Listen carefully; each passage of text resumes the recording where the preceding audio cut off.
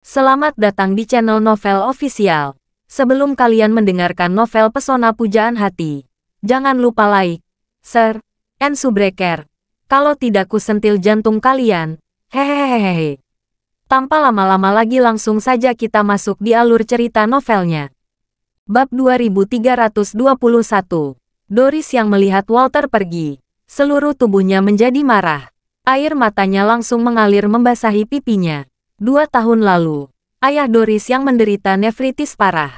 Karena memiliki darah RH negatif, sulit menemukan sumber ginjal yang cocok. Pada saat itu, Doris mencoba mencocokkan dirinya. Namun dia gagal mencocokkannya. Kemudian, dia beruntung. Kerabat keluarganya menemukan kecocokan yang sukses di Asia Tenggara. Dan pihak lain juga bersedia menyumbangkan ginjalnya. Kemudian, Doris yang menghabiskan 1 juta yuan untuk menyelesaikan masalah donor ginjal ayahnya. Setelah mendapatkan donor ginjal, selama perawatannya dengan baik, siklus hidup ayahnya dapat diperpanjang setidaknya 20 hingga 30 tahun. Tetapi tidak disangka, 2 tahun kemudian, ginjal transplantasi ayahnya mengalami penolakan parah. Fungsi ginjal menurun tajam. Semuanya baik-baik saja sebelum tahun baru Imlek. Namun setelah tahun baru Imlek, dia dirawat di rumah sakit karena gagal ginjal akut. Dokter tidak dapat menemukan penyebab gagal ginjal, dan jenis gagal ginjal ini benar-benar irreversibel. Satu-satunya cara adalah menemukan sumber ginjal baru yang mungkin dan melakukan operasi transplantasi lagi. Dengan tergesa-gesa, Doris yang menaikkan harganya menjadi 5 juta. Walaupun uang yang ditawarkan sangat tinggi, dia masih tidak dapat menemukan sumber ginjal yang cocok. Ketika Doris yang belajar di luar negeri, Walter, teman sekelasnya, mengetahui hal ini entah dari mana. Walter dengan sangat antusias membantu menghubungi sumber ginjal dari pasar gelap di Amerika Serikat. Walter datang hari ini untuk memberitahu Doris bahwa sumber ginjal telah ditemukan, dan pendonornya masih sangat muda dan kuat. Tetapi sebelum Doris yang senang tentang hal itu, Walter mengungkapkan sifat aslinya. Dia membuat serangkaian tuntutan yang sangat berlebihan. Memikirkan hal ini, Doris yang merasa sangat tertekan. Dia juga tahu hampir tidak mungkin menemukan sumber ginjal yang cocok dalam waktu sesingkat itu. Pada saat ini, dia memikirkan adegan ketika dia menghadiri pesta ulang tahun Jasmine. Charlie mengeluarkan pil peremajaan dan pil itu dibeli oleh Travis Land dengan harga setinggi langit, 2 miliar yuan. Dikatakan bahwa pil itu dapat menyembuhkan semua penyakit, dan dapat mengubah seseorang menjadi lebih muda. Sangat disayangkan harganya 2 miliar. Jelas bukan sesuatu yang bisa didapat Doris Yang. Dia termasuk karyawan senior, meskipun penghasilannya tidak rendah. Kekayaan bersihnya kurang dari 100 juta. Dia tidak berani berharap dapat membeli pil seharga 2 miliar. Bab 2322. Pada saat ini, pintu ruang dalam didorong secara perlahan. Wanita parubaya itu keluar dan bertanya, "Doris, Walter sudah pergi." Wanita ini adalah ibu Doris Yang, Faith Saunders. Doris buru-buru menyembunyikan air matanya. Dia berbalik menatap wanita itu, mengangguk dan berkata, "Ya Bu, dia sudah pergi." Setelah berbicara, Doris bertanya, "Bu, bagaimana keadaan ayah?" Faith menghela napas. Masih seperti itu. Dia belum bangun. Saat dia mengatakannya, dia melihat Doris baru saja menangis. Faith melangkah maju dan bertanya dengan prihatin, "Doris, mengapa kamu menangis?" "Apa yang dikatakan Walter? Bukankah dia bilang akan membantu ayahmu menemukan sumber ginjal? Apa yang kamu katakan setelah itu?" Doris menghela napas dan berkata dengan suara rendah, "Dia menemukan pendonor yang cocok. Namun dia ingin aku pergi bekerja untuknya, dan juga menjadi kekasihnya." "Apa?" Mata Faith melebar dan dia berkata, "Ini, bukankah dia teman sekelasmu? Bagaimana dia bisa begitu tak tahu malu?" Doris berkata tanpa daya, "Saya tidak pernah berpikir dia akan menjadi seperti ini beberapa tahun setelah lulus." Faith berkata, "Tidak bisakah kita memberinya lebih banyak uang? Jika untuk pendonor ginjalnya 2 juta, kita bisa memberi 4 juta atau 6 juta. Selama dia bisa membantu menemukan donor ginjal dan memastikan ayahmu bisa mentransplantasikannya tepat waktu, Bahkan jika kita harus menghabiskan tabungan dan menjual barang-barang di rumah, kita bersedia. Doris menggelengkan kepalanya dan berkata dengan serius. Ayah Walter adalah seorang pengusaha real estate terkemuka di Amerika Serikat. Keluarganya sangat kuat dan asetnya bernilai puluhan miliar dolar. Dia tidak melihat uang kita. Veit menangis dan berkata tanpa daya, apa yang harus aku lakukan? Golongan darah ayah murah negatif. Hanya satu dari ratusan ribu darah. Sangat langka orang dengan golongan darah yang sama. Dan bahkan lebih sulit menemukan seseorang dengan golongan darah yang sama dan bersedia mendonorkan ginjalnya. Veit menghela napas dan menangis.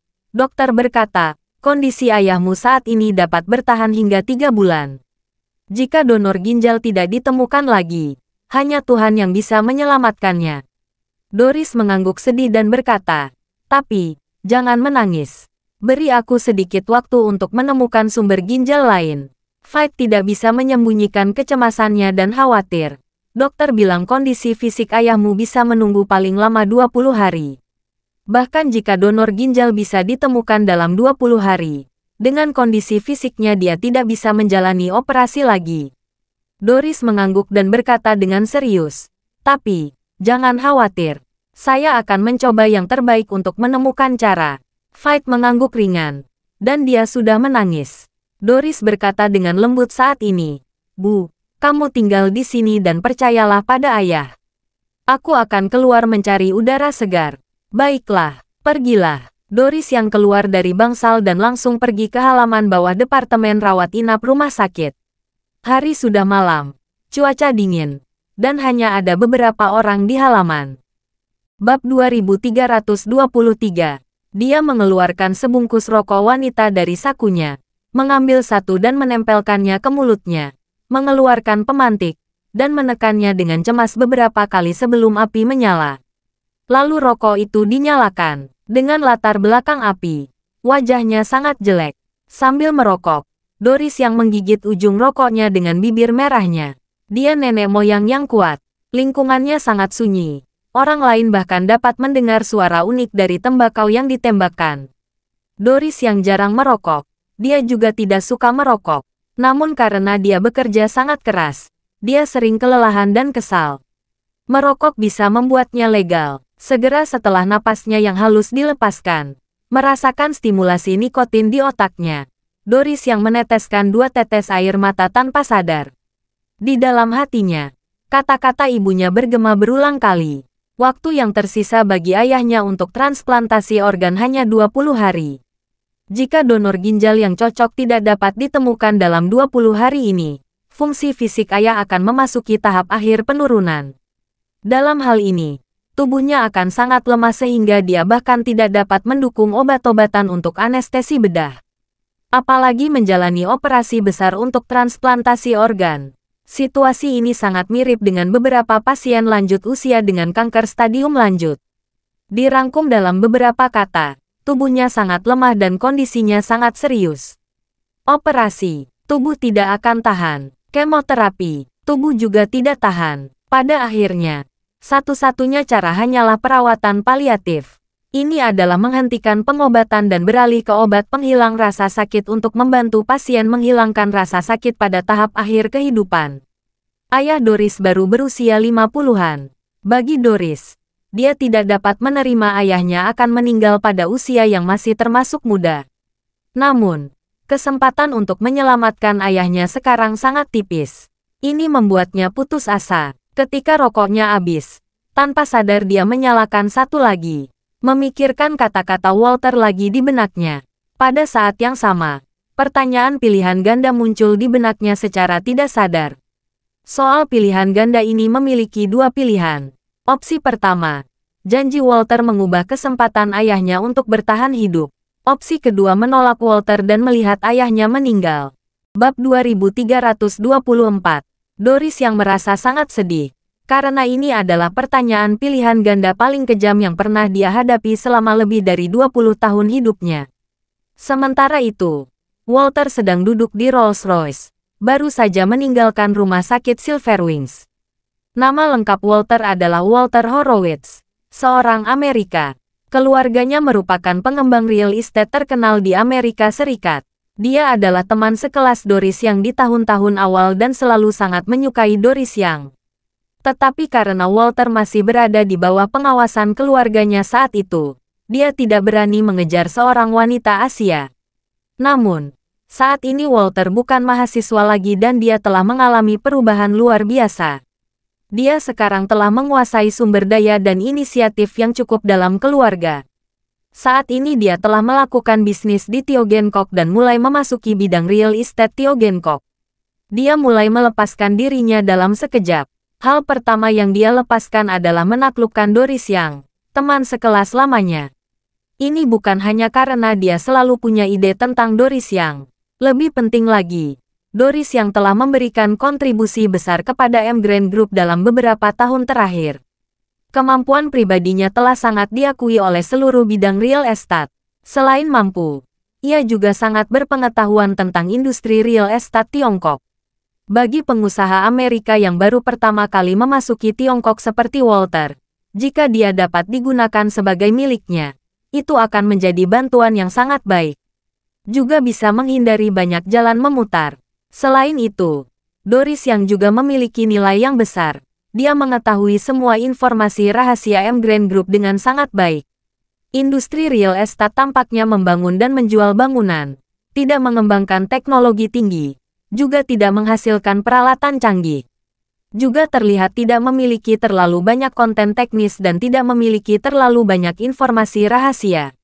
Namun pada kenyataannya, industri real estate memiliki informasi yang lebih rahasia daripada kebanyakan industri.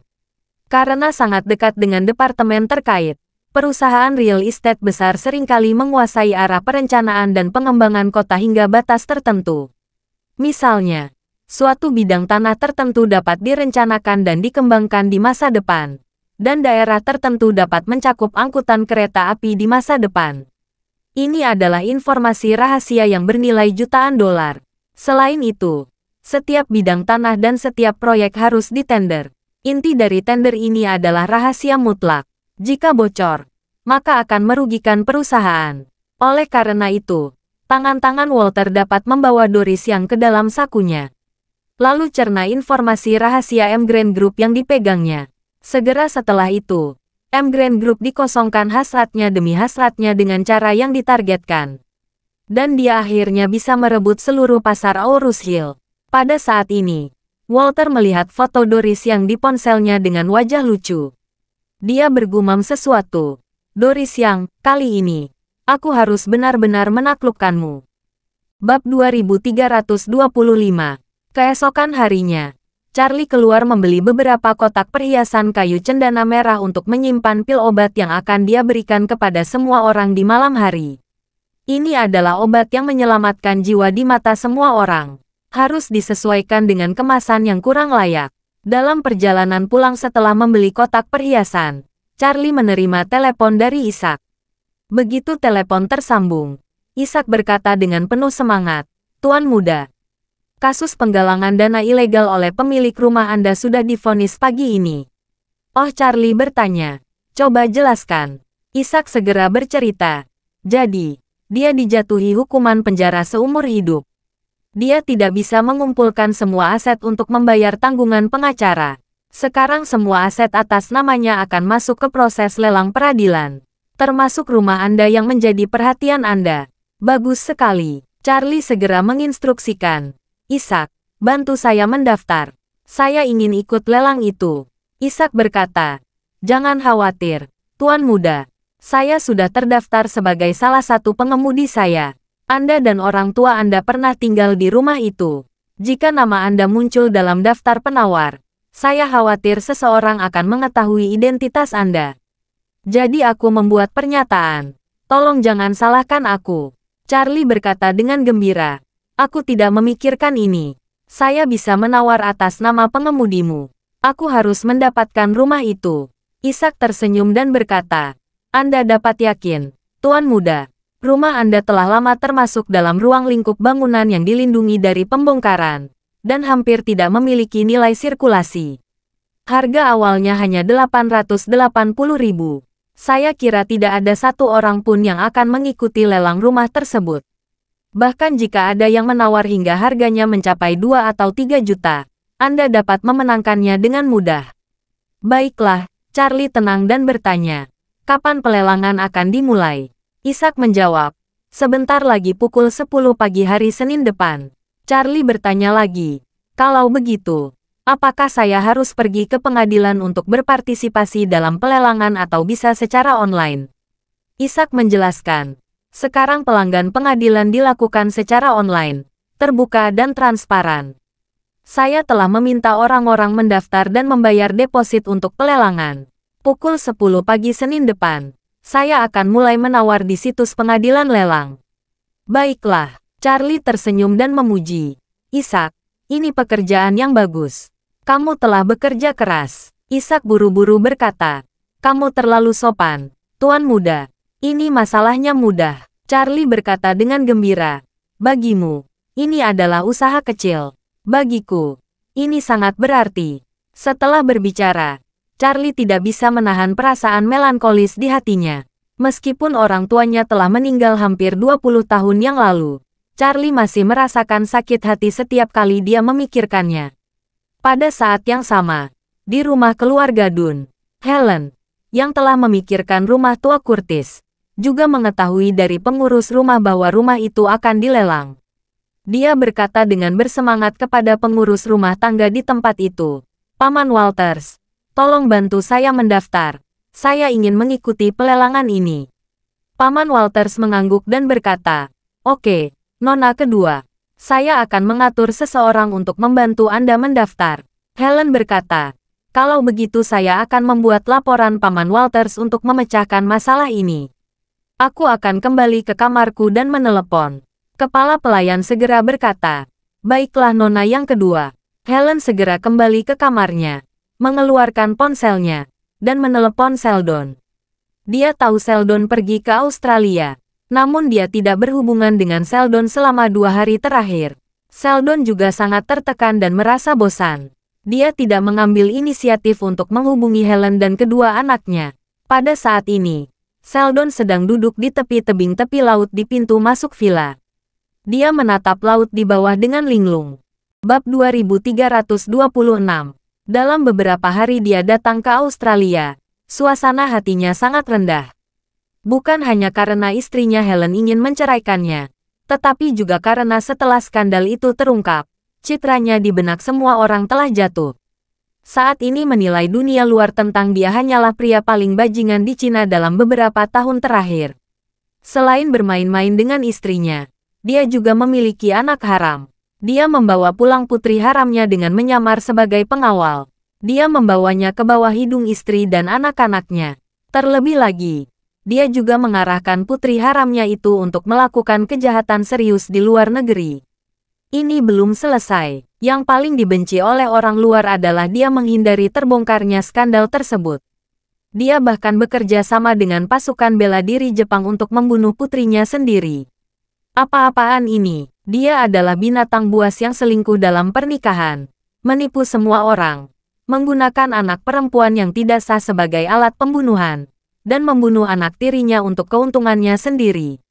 Bahkan dapat dikatakan bahwa sekali seseorang memiliki begitu banyak dosa dalam satu waktu, dia mungkin tidak sebanding dengan binatang. Dia bukanlah binatang buas sebaik dia. Meskipun Sheldon tahu semua ini adalah kejahatan yang dilakukan oleh orang tuanya, Cat Van, karena menyalahkan dirinya sendiri. Dia juga sangat jelas bahwa sekali tuduhan ini ditahan di kepalanya, dia tidak akan bisa menyingkirkannya. Setiap kali memikirkan hal ini, Sheldon menggertakkan giginya dengan kebencian, karena dia bahkan punya firasat bahwa dia mungkin tidak bisa menyingkirkan keburukan ini dalam hidupnya. Dia, Sheldon, memang bukan orang yang terkenal, namun yang paling dia khawatirkan adalah apakah dia akan memiliki kesempatan untuk mewarisi keluarga Schultz di masa depan sehingga dia memiliki keburukan ini. Bagaimanapun, dia bisa memecahkan toples dan tidak peduli dengan keburukan. Tetapi keluarga Schultz tidak bisa. Ketika lelaki tua itu menyerahkan kekuasaan di masa depannya, dia akan merasa bahwa reputasinya terlalu buruk. dan dia menolak untuk menyerahkan kekuasaan tertinggi keluarga Schultz kepada dirinya sendiri. Kalau begitu, separuh dari usaha hidupnya akan sia-sia. Memikirkan hal ini, gigi Sheldon menggelitik karena benci. Kenapa? Kenapa orang tuaku bisa bertanya-tanya? Mengapa dia membuat keberadaan putriku tidak diketahui dan kehidupan dan kematiannya tidak pasti? Tapi itu membuatku terbunuh selamanya. Dia tidak bisa menahan diri untuk tidak mengutuk. Dia mengambil segelas vodka yang lebih dari setengahnya sudah diminum dari sampingnya, dan melemparkannya ke laut yang berguling-guling di bawah. Saat itu, telepon tiba-tiba berdering, dan nama yang tertera di layar ponsel membuatnya terkejut. Istriku. Sheldon bingung pada awalnya, lalu buru-buru meraih telepon, menekan tombol jawab, dan berkata, "Istriku. Kamu akhirnya meneleponku." Helen ada di ujung telepon, dan berkata dengan nada datar, "Sheldon, saya menelepon untuk membicarakan perceraian. Kamu berada di Australia sekarang, dan kamu tidak akan kembali untuk sementara waktu. Anda dapat meminta pengacara untuk membantu mengikuti prosedur yang relevan." Sheldon tidak mengira tujuan panggilan Helen adalah tentang perceraian. Dia segera merasakan ledakan kemarahan dari hatinya. Dia tak dapat menahan diri untuk berkata dengan dingin, "Helen, selama kita belum bercerai, kita masih suami istri. Kamu pergi ke Aurus Hill tanpa persetujuanku selama masih ada hubungan suami istri. Aku tidak berusaha menghentikanmu dan aku tidak menyalahkanmu untuk ini. Aku masih menghargaimu, tapi kamu di Aurus Hill. Dan kamu bahkan meneleponku untuk meminta cerai. Bukankah itu terlalu berlebihan? Tidakkah kamu benar-benar peduli dengan hubungan kita selama lebih dari 20 tahun pernikahan?" Bab 2327. Helen mendengarkan tuduhan Sheldon. Helen tidak marah, tetapi berkata dengan ringan, "Sheldon, jika kamu sadar diri, kamu seharusnya tahu bahwa kamu sedang berdiri dalam depresi moral sekarang. Jika kamu secara paksa merebut moral dan bertindak sewenang-wenang, ini benar-benar mengecewakan." Helen berkata lagi, "Kasih sayang itu bukan untuk dimenangkan dengan kata-kata, tetapi untuk dipertahankan dengan tindakan nyata. Saya baru saja mengusulkan perceraian denganmu, dan kamu berpikir bahwa aku tidak peduli dengan kasih sayang. Anak-anak kita sudah berusia 20-an, dan kamu bersembunyi dari kami selama bertahun-tahun. Apa yang pernah kamu pikirkan tentang hubungan kita sebagai suami dan istri?" Ketika Sheldon mendengar kata-kata ini, seluruh tubuhnya tiba-tiba merasa sangat terkejut. Ya, Helen benar-benar dituduh kejam seperti dia menamparkan wajahku sendiri. Itu benar-benar salahku. Dan aku membuat kesalahan lebih dari 20 tahun. Tepat ketika dia tidak tahu bagaimana menjawab Helen, Helen menghela napas sedikit dan berkata lagi, "Hei, jangan bicarakan ini. Aku memanggilmu hanya untuk menyelesaikan perceraian semampuku. Aku ingin menetap di Aurus Hill. Kalaupun saya tidak menetap, saya akan lama tinggal di Aurus Hill. Jadi perceraian pun mungkin harus menjadi pertimbanganmu juga. Jangan sampai orang lain bergosip tentangmu." Helen tidak membuat kata-katanya terlalu jelas, tetapi Sheldon mendapatkan makna tersirat dari kata-katanya. Maksud Helen adalah dia ingin tinggal di Aurus Hill untuk menetap. Jika orang-orang dari keluarga besar Eastcliff tahu tentang ini, semua orang bisa menebak mengapa dia tinggal di Aurus Hill. Terus terang saja, itu untuk Curtis. Jika Helen dan Sheldon masih menikah, maka fakta bahwa Helen menetap di Aurus Hill untuk Curtis memang akan memengaruhi kehormatan Sheldon sampai batas tertentu. Tetapi jika sudah bercerai, Sheldon masih bisa mempertahankan sedikit kehormatannya. Sheldon sangat marah dalam hatinya, tetapi dia tidak bisa mengatakan apa-apa untuk mengkritik atau menolak. Dia telah dengan jelas menyadari bahwa dia tidak lagi memiliki kemungkinan untuk menyelamatkan pernikahannya dengan Helen. Wanita ini sudah bertekad bercerai dengannya. Memikirkan hal ini, dia semakin membenci Curtis di dalam hatinya. "Kamu Curtis, bajingan ini, benar-benar hantu. Dia telah meninggal bertahun-tahun yang lalu, dan dia masih sangat memengaruhi Helen. Lupakan saja." Sekarang dia bahkan menghubungkan Helen ke Aurus Hill. Bagi Helen, orang yang telah meninggal selama lebih dari 20 tahun jauh lebih penting daripada aku. Helen di ujung telepon tidak mendengar jawaban Sheldon untuk waktu yang lama. Dia berkata lagi. Lagi pula, lebih baik berpisah jika tidak bersama lagi. Sheldon terdiam sesaat dan menarik napas dalam-dalam. Hei, pokoknya kita masih suami istri. Kiat sudah menjadi suami istri bertahun-tahun. Biarkan aku mempertimbangkan masalah ini dulu. Helen menyeramkan dan berkata, hubungi aku kapan saja setelah kamu memikirkannya. Kita tidak perlu pergi ke semua departemen terkait di East Cliff untuk perceraian. Kita bisa berkoordinasi dan kita masing-masing bisa mengirim pengacara saja. Baiklah, Sheldon berkata. Aku akan menghubungimu secepatnya setelah mempertimbangkannya. Baiklah. Aku tunggu. Charlie makan siang di rumah dan bersiap untuk pergi keluar dengan pil obat yang telah disempurnakannya. Karena dia berjanji pada Aurora akan pergi ke rumahnya untuk memberikan bimbingan sebelum jamuan makan malam.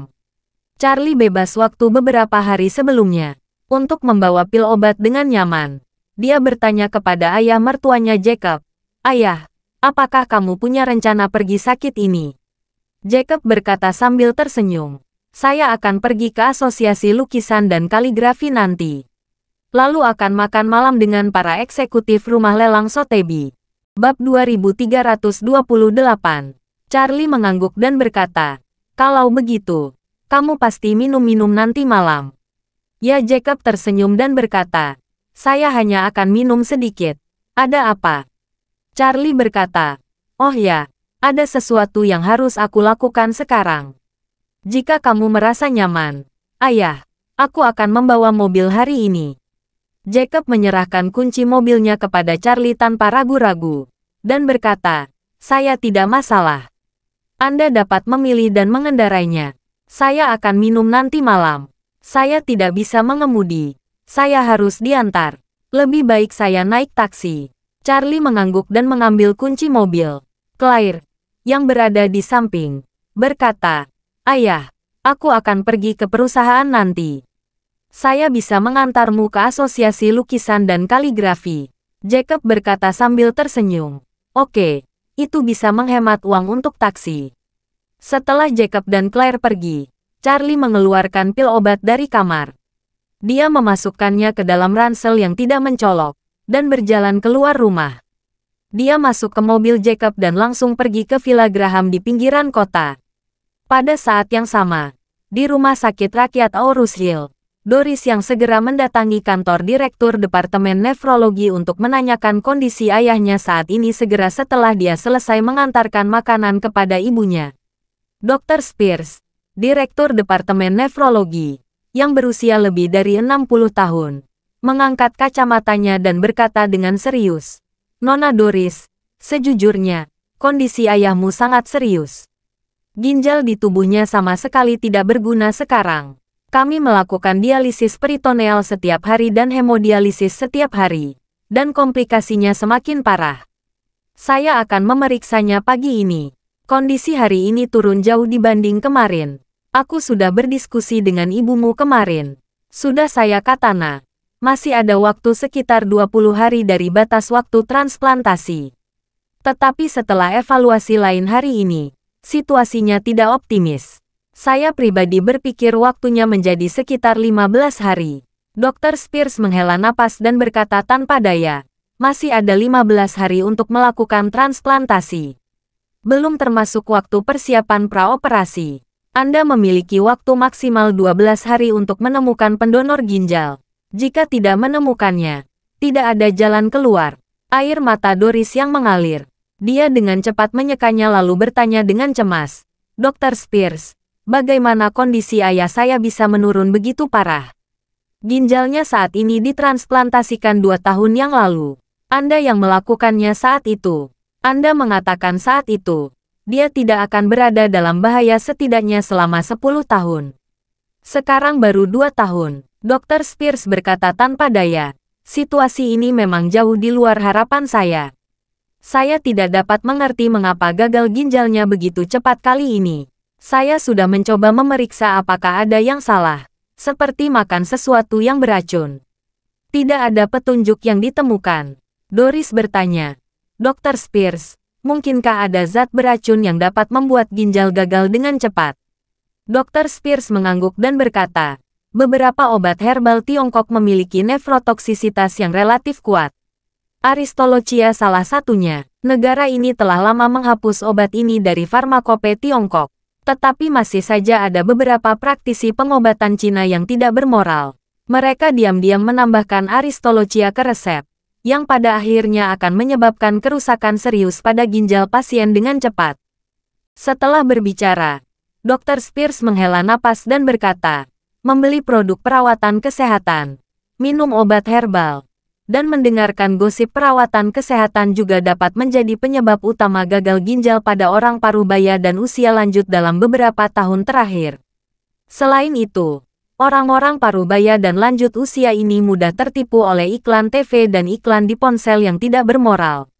Mereka tidak bisa dibedakan. Ada direktur departemen bedah toraks di rumah sakit kami. Ayahnya selalu memandang rendah dia sebagai mahasiswa kedokteran barat, dan dia tidak tahu bagaimana membedakan antara pengobatan Tiongkok yang baik dan yang buruk. Dia secara membabi buta percaya pada program kesehatan di TV setiap hari.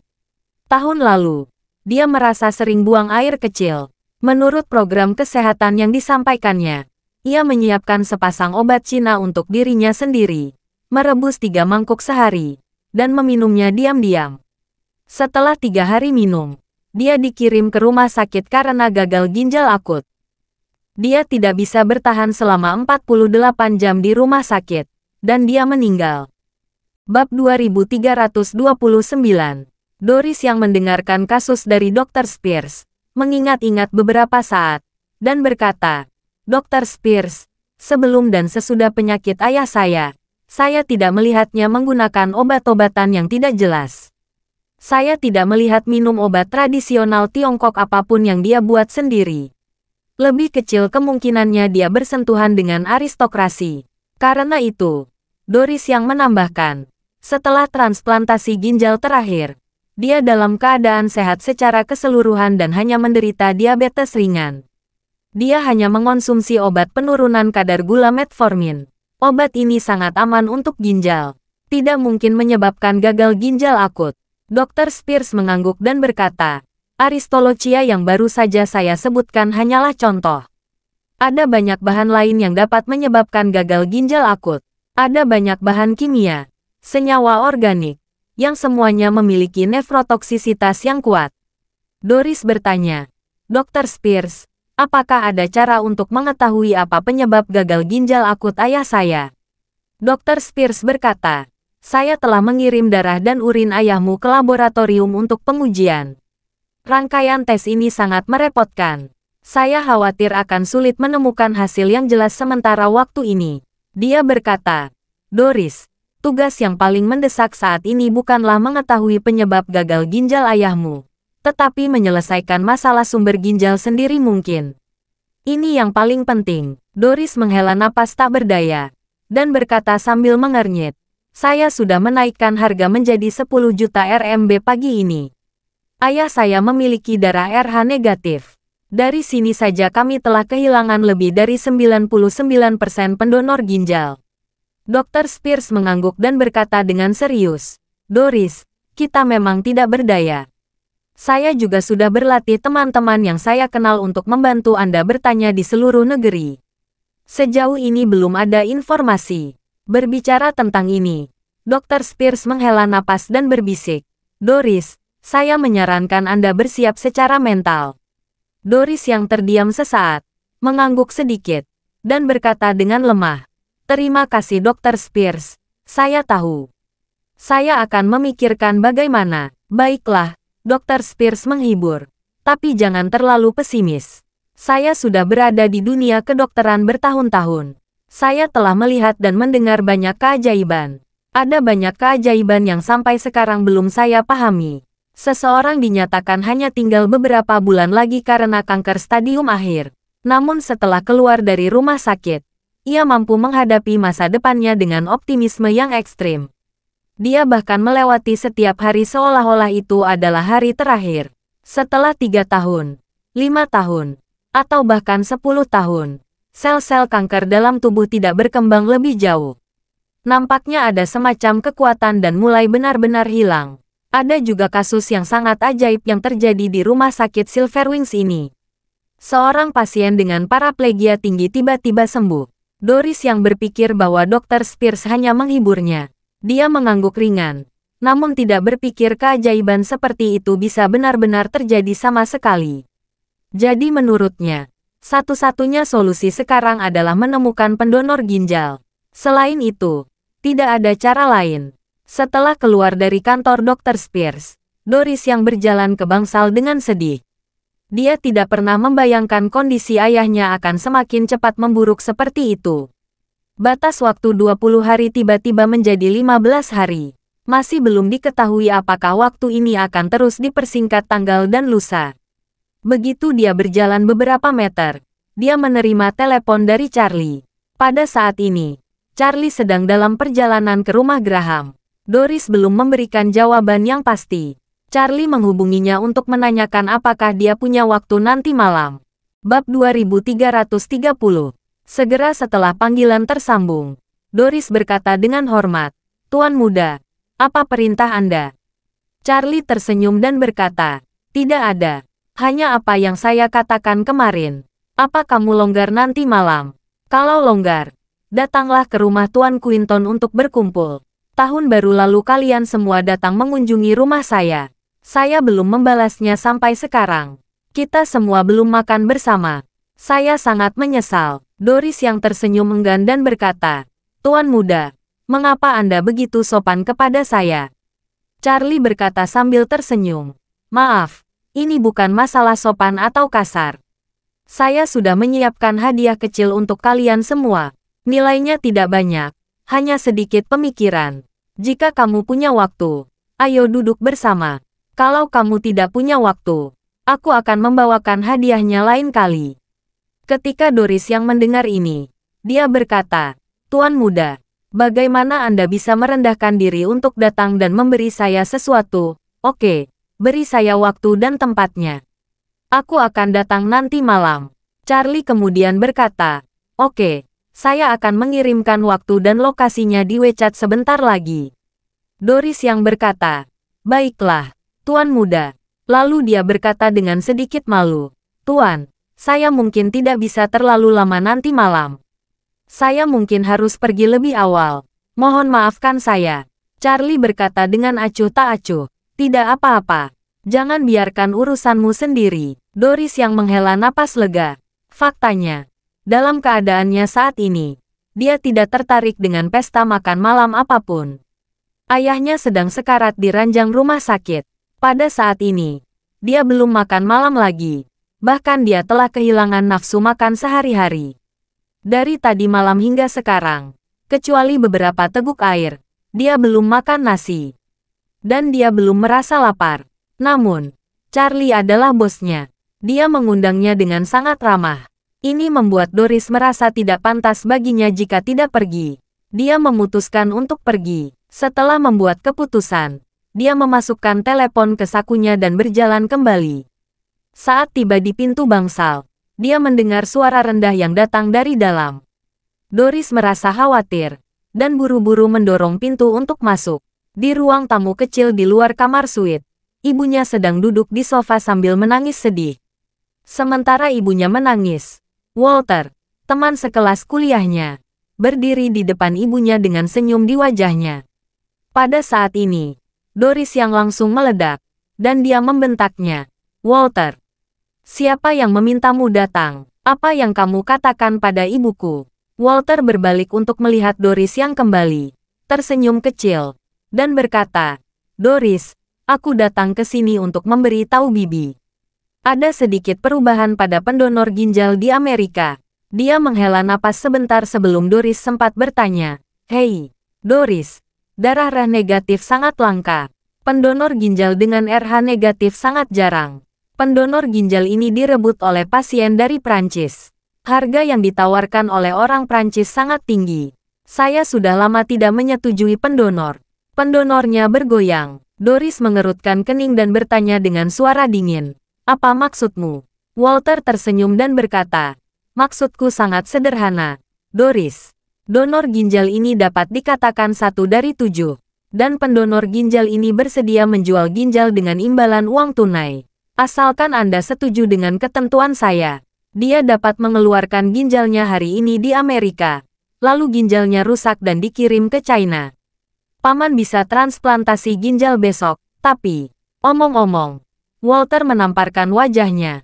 Tapi jika kamu tidak setuju, pendonor itu mungkin akan menjual ginjalnya ke Prancis. Kamu tahu, seseorang hanya memiliki 2 ginjal. Jika dia ingin bertahan hidup, dia harus menyimpan satu. Jika dia menjual salah satu ginjalnya ke Prancis, dia tidak mungkin menjual ginjal yang lain. Jadi, kamu harus hati-hati mempertimbangkan syaratku. Tidak banyak waktu tersisa untukmu. Terima kasih sudah mendengarkan cerita novel Pesona Pujaan Hati. Sampai jumpa di novel selanjutnya.